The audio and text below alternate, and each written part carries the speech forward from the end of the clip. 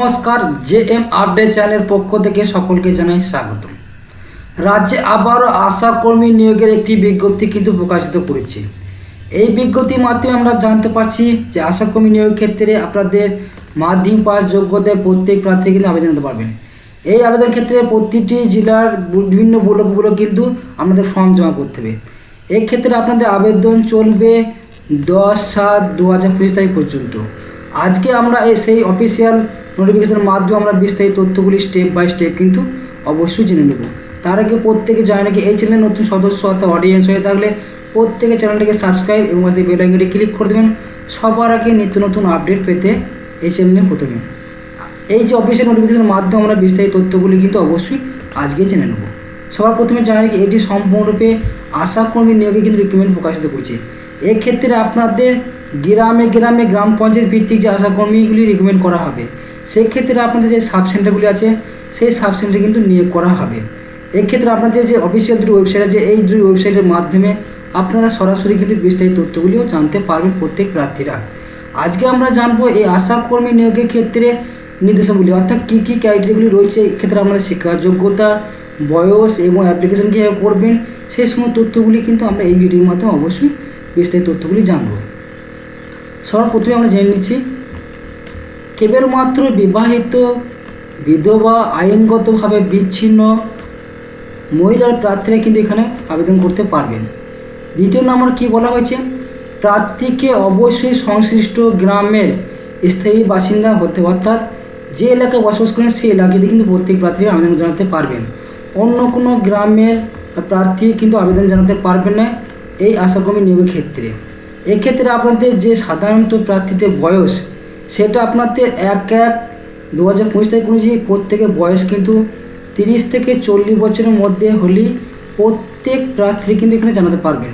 সেক্ষেত্রে আমি আগেই জানিয়েছি বিধবা, বিবাহিতা, আইনগতভাবে বিচ্ছিন্ন মহিলা কিন্তু এখানে আবেদন জানাতে পারবেন। এবং তপশিলি জাতি এবং উপজাতিদের ক্ষেত্রে আপনার যে বয়স গণ্য করা হবে সেটা এখানে দেওয়া হচ্ছে 1/1/2025 তারিখ অনুযায়ী প্রত্যেকের 22 থেকে 40 বছরের মধ্যে বয়স হলে প্রত্যেক প্রার্থী কিন্তু এখানে আবেদন জানাতে পারবেন। এবং এক্ষেত্রে আমাদের যে শিক্ষা যোগ্যতা চাওয়া হয়েছে, প্রার্থীদের মাধ্যমিক পাস বা তার সমতুল্য পরীক্ষায় অবতীর্ণ হতে হবে, তাহলে কিন্তু এখানে আবেদন করা যাবে। শুধুমাত্র মাধ্যমিক পাস সমতুল্য পরীক্ষায় প্রাপ্ত নাম্বারের মধ্যে মেধা তালিকায় প্রস্তুত করা হবে, সেটা কিন্তু এখানে জানিয়েছে। উচ্চতর শিক্ষা যোগ্যতা অর্থাৎ আপনার যদি উচ্চ মাধ্যমিক বা বিএ পাস করে দেখেন সেক্ষেত্রেও কিন্তু আপনার কোনো প্রবলেম হবে না। শুধুমাত্র মাধ্যমিক পাস করে থাকলে প্রত্যেক প্রার্থী কিন্তু এখানে আবেদন জানাতে পারবেন, সেটা কিন্তু এখানে জানিয়ে দেওয়া হয়েছে। আজকে আমরা আরও যে বিস্তারিত তথ্যগুলি জানবো, এক্ষেত্রে আপনাদের যে সংশ্লিষ্ট ব্লক এবং গ্রাম পঞ্চায়েত এবং সাব সেন্টারের অন্তর্গত গ্রামে এই রিক্রুটমেন্টগুলি করাবে সেই তথ্যটি আমরা আজকে অবশ্যই জেনেছি। প্রত্যেকে কিন্তু অনুসহকারে ভিডিওটি দেখবেন। এখানে ব্লকের নাম দেওয়া আছে, কর্মীর নাম্বার দেওয়া আছে, গ্রাম পঞ্চায়েতের নাম দেওয়া আছে, সাব সেন্টারের নাম দেওয়া আছে, গ্রামের নাম এবং শূন্য সংখ্যা কী রয়েছে সেটা কিন্তু এখানে জানানো হয়েছে। এখানে সর্বপ্রথম দেওয়া আছে কুশমান্ডি ব্লক। এক্ষেত্রে আপনাদের যে গ্রাম পঞ্চায়েত নাম দেওয়া আছে উদয়পুর, কুশমান্ডি, এই গ্রাম অর্থাৎ এই গ্রাম পঞ্চায়েত আন্ডারে আপনাদের সাব সেন্টার আছে মহিপাল, কুশমন্ডি। এক্ষেত্রে কিন্তু রিক্রুটমেন্টগুলি করা হবে।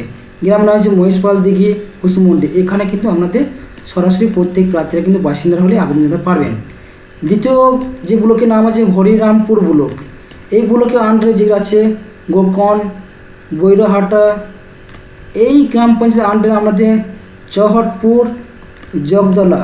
এই গ্রাম পঞ্চায়েত আন্ডারে আপনারা বড়িভিটা এবং বেলুহার গ্রামের কিন্তু এই সাব সেন্টারগুলিতে আপনাদের যে গ্রাম আছে সেখানে কিন্তু আপনারা প্রত্যেকে যদি বাসিন্দা হয়ে তাহলে আবেদন জানাতে পারবেন। এবং বংশীহারি ব্লক, বংশীহারি ব্লকে যে সমস্ত গ্রাম পঞ্চায়েত নামগুলি দেওয়া রয়েছে এখানে বল্লভপুর, গাঙ্গুলিয়া। এক্ষেত্রে আমাদের সাব সেন্টার কী রয়েছে করহা, উত্তর মিরাহাটি, বদলপুর। এই সাব সেন্টারে কিন্তু আপনারা সরাসরি আবেদন জানাতে পারবেন প্রত্যেক প্রার্থী। যদি এখানে আপনারা ওই এলাকায় যদি বাসিন্দা হতে এই ব্লকের মধ্যে যদি আপনি বাসিন্দা হয়ে থাকেন তাহলে প্রত্যেক প্রার্থীরা কিন্তু এখানে অবশ্যই আবেদন জানাতে পারবেন। সেটা কিন্তু প্রত্যেকে আজকে ভিডিওর মাধ্যমে অবশ্যই জানিয়ে দেওয়া হলো, প্রত্যেকে কিন্তু সেটা মনুষ্য করে দেখে নেবেন। নেক্সট স্টেপ কী বলছে এখানে, এই এলাকা বাসিন্দার জন্য আপনাদের যে গুরুত্বপূর্ণ তথ্য অর্থাৎ স্থায়ী বাসিন্দা হিসেবে আপনার voter identity card, ration card, এছাড়া দুটি নথি আপনাদের প্রমাণপত্র কিন্তু অবশ্যই দিতে হবে। সেটা কিন্তু এখানে জানানো হয়েছে।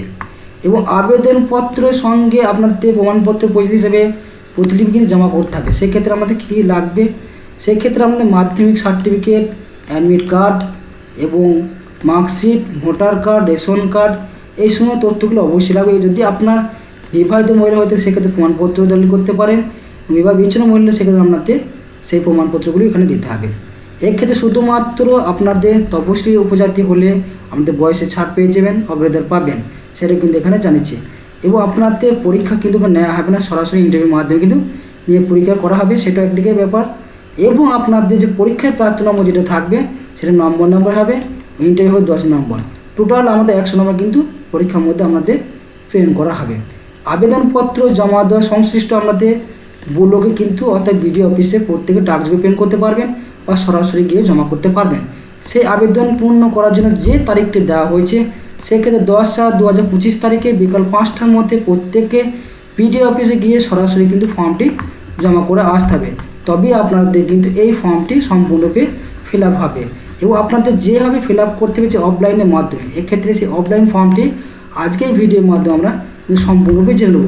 সেই অফলাইনটি কীভাবে আপনারা ফিল আপ করুন। এই যে অফলাইন ফর্মটি দেখতে পাচ্ছেন, এই অফলাইন ফর্মটিকে আপনাদের প্রত্যেকে কিন্তু A4 সাইজে প্রত্যেকে কিন্তু প্রিন্ট আউট করতে হবে।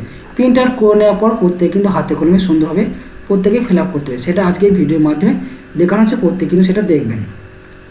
এখানে দেওয়া আছে আবেদনপত্র অফিসে ব্যবহারের জন্য, এটা অফিস ইউজ করবে। এখানে আপনার কারেন্ট কিন্তু পাসপোর্ট সাইজে ফটো অবশ্যই যুক্ত করবেন। প্রতিটি ব্লক মহকুমা, গঙ্গারামপুর মহকুমা, দক্ষিণ দিনাজপুর এটা দেওয়া হয়েছে। যে ব্লকগুলো জানবেন ওই ব্লকে আমরা প্রত্যেকে কিন্তু আবেদন করতে পারবেন। ব্লকের নাম, সাব সেন্টার নাম, আপনি কোন ব্লকে কোন সাব সেন্টার আবেদন করতে চাইছেন সেটা কিন্তু এখানে অবশ্যই দিতে হবে। এখানে আবেদনকারীর নাম, এখানে নামটি অবশ্যই ভালো করে লিখবেন স্পষ্ট করে, যেটা আপনার শংসাপত্র বা অ্যাডমিট কার্ডে দেওয়া আছে মাধ্যমিকের। এখানে পিতার নাম অর্থাৎ বাবার নাম দিবেন। স্বামীর নাম এখানে অবশ্যই স্বামীর নামটা দিয়ে দিবেন, তাহলে কিন্তু আপনার এই ফর্মটির ক্ষেত্রে এই পর্যন্ত কিন্তু আপনার ফিল আপ করা হয়ে যাবে। তো দ্বিতীয় নেক্সট আমরা যে ধাপটি আছে সেই ধাপটি সম্বন্ধে কিন্তু আমরা কিন্তু আজকে অবশ্যই জানবো, সেটা প্রত্যেক কিন্তু মনোযোগ করে দেখবেন ভিডিওটি, নাহলে কিন্তু বুঝতে পারবে না। এখানে কিছু স্থায়ী ঠিকানা, গ্রামের নাম দেবেন আপনাদের, এখানে পোস্ট অফিসের নাম, থানা কি রয়েছে, জেলার নাম, পিনকোড, অবশ্যই মোবাইল নাম্বার কিন্তু অবশ্যই প্রত্যেকে দেবেন, যেহেতু মোবাইল নাম্বার এখন কিন্তু মাস্ট, সমস্ত কন্ট্যাক্ট কিন্তু মোবাইলের মাধ্যমে কিন্তু করানো হয়, যেহেতু সেখানে মোবাইল নাম্বার অবশ্যই দেবেন। জন্ম তারিখ, আপনার জন্ম তারিখ এখানে দিন অর্থাৎ তারিখ, মাস এবং বছরটি এখানে দিয়ে দিবেন। এখানে দেওয়া আছে 1/1/2025 তারিখ অনুযায়ী আপনার বছর, মান্থ এবং দিন সেটা কিন্তু এখানে অবশ্যই দিয়ে দেবেন আপনার যে জন্ম তারিখটি রয়েছে। এখানে মাধ্যমিক সমতুল্য পরীক্ষার বিবরণ অর্থাৎ আপনার কোয়ালিফিকেশন সম্বন্ধে এখানে দিতে হবে। এখানে পরীক্ষার নাম, এমপি অর্থাৎ মাধ্যমিক বা উচ্চ মাধ্যমিক অবশ্যই প্রত্যেকে মাধ্যমিক পাস দিতে হবে। বোর্ডের নাম দিয়ে দেবেন WWB অত বোর্ডের যে নামটি দেওয়া থাকে সেই বোর্ডের নামটি এখানে হায়ার সেকেন্ডারি এডুকেশন সেই নামটি এখানে অবশ্যই লিখবেন শর্টকাটে।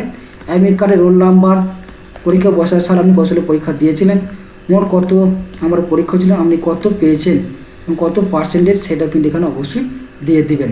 সেটা প্রত্যেক কিন্তু আপনার রেজাল্ট অনুযায়ী দেখে প্রত্যেক কিন্তু ফিল আপ করে দেবেন, তাহলে কিন্তু আপনার এই কোয়ালিফিকেশন তথ্য এবং ঠিকানা তথ্যটি কিন্তু সম্পূর্ণরূপে এখানে ফিল আপ করা হয়েছে, সেটা কিন্তু প্রত্যেকে দেখে নেবেন।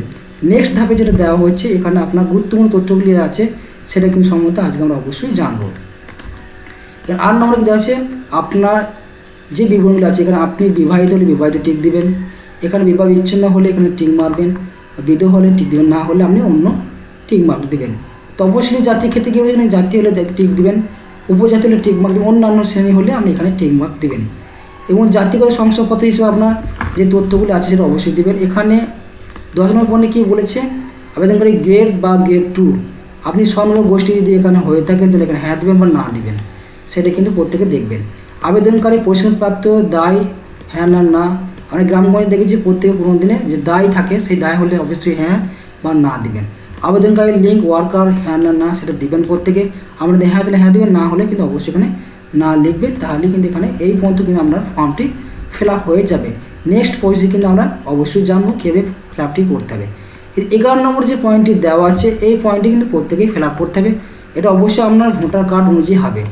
1/1/2025 সালে যে ভোটার লিস্ট আছে সেই ভোটার লিস্ট অনুযায়ী প্রত্যেকে কিন্তু ফিল আপ করবে। এখানে আবেদনকারীর নাম, স্বামীর নাম, পিতার নাম এটা কিন্তু অবশ্যই এখানে প্রত্যেকে দিয়ে দেবেন। বিধানসভা আপনার নাম, কোন বিধানসভা কেন্দ্রে আপনি ভোট দেন এখানে সেটা দিয়ে দেবেন। অংশ নাম্বার কী আছে সেটা দিয়ে দিবেন, সেটা ভোটার কার্ডের লিস্টে পেয়ে যাবেন। কর্মী নাম্বার সেটা দিয়ে দিবেন এবং আপনার ভোটার কার্ডের নাম্বারগুলি এখানে যুক্ত করে দিন, বাবার, স্বামীর এবং পিতা। টোটাল এখানে 3 জনের কিন্তু দেওয়া আছে, সেটা কিন্তু প্রত্যেকে দেখে নেবেন। তারপরে সেই কিন্তু প্রত্যেকেই ফিল আপ করার আগে অবশ্যই নিজের কাছে কিন্তু ভোটার কার্ড বা ভোটার লিস্টে এখানে নিয়ে তারপরে কিন্তু প্রত্যেকে ফিল আপ করবেন। নেক্সট কী বলেছে এখানে সেটা কিন্তু প্রত্যেকে অবশ্যই জানতে হবে। কী বলেছে এখানে নেক্সট 1 নম্বর পয়েন্ট এখানে দেওয়া আছে যে রেশন কার্ডে ও আধারের বিবরণ সম্বন্ধে কিন্তু দিতে হবে। আবেদনকারী রেশন কার্ড নাম্বার, আবেদনকারী আধার নাম্বার, স্বামীর রেশন কার্ড, স্বামীর আধার নাম্বার, পিতার রেশন কার্ড, পিতা আধার নাম্বার কিন্তু এখানে যুক্ত করে দিলে আমরা কিন্তু ফিল আপ করা হয়ে যাবে, সেটা কিন্তু প্রত্যেকে দেখে নেবেন। নেক্সট আমরা কি জানবো 13 নম্বর পয়েন্টে কী দেওয়া আছে, কোন গ্রামে কোন গ্রামগুলির জন্য বিবেচিত চান তার নামটি এখানে অবশ্যই দিয়ে দিবেন, সেটা প্রত্যেকে কিন্তু দেখে নেবেন। এই পর্যন্ত আপনার ফর্মটি কিন্তু নিঃসন্দেহে প্রত্যেকে কিন্তু ফিল আপ করা হয়ে যাবে। নেক্সট আমরা কি জানবো, এর পরবর্তীতে আমাদের ফর্মটি ফিল আপ করার পর আপনাদের যে সমস্ত নথিগুলি লাগবে সেলফ অ্যাটেস্টেড করে কিন্তু প্রত্যেকে জিনিস কপি অর্থাৎ হার্ড কপি জিজ্ঞেস করে নেবেন। তারপরে কিন্তু আপনারা এখানে প্রত্যেকে কিন্তু ফিল আপ করবেন কী কী ডকুমেন্টসগুলি লাগবে। এখানে বয়সের প্রমাণপত্র হচ্ছে মাধ্যমিক কার্ড, অ্যাডমিট কার্ড বা জন্ম শংসাপত্র, এখানে মাধ্যমিক সন্তানের মার্কশিট এখানে দেবেন। বিবাহ বিচ্ছিন্ন হলে আদালতে যে আপনাদের যে কোর্ট বেরিয়ে থাকবে কপি সেটা দেবেন এখানে। বিধবা হলে স্বামীর মৃত্যুর শংসাপত্র দিতে হবে। বিবাহিত প্রার্থীদের ক্ষেত্রে বিবাহ নিরীক্ষণ শংসাপত্র দিতে পারেন এখানে। এখানে ভোটার কার্ড, আধার কার্ড, রেশন কার্ড দিতে পারবেন প্রত্যেকে। তপশিলি জাতি উপজাতি প্রার্থীদের শংসাপত্র অবশ্যই মাস্ট এখানে দেবেন।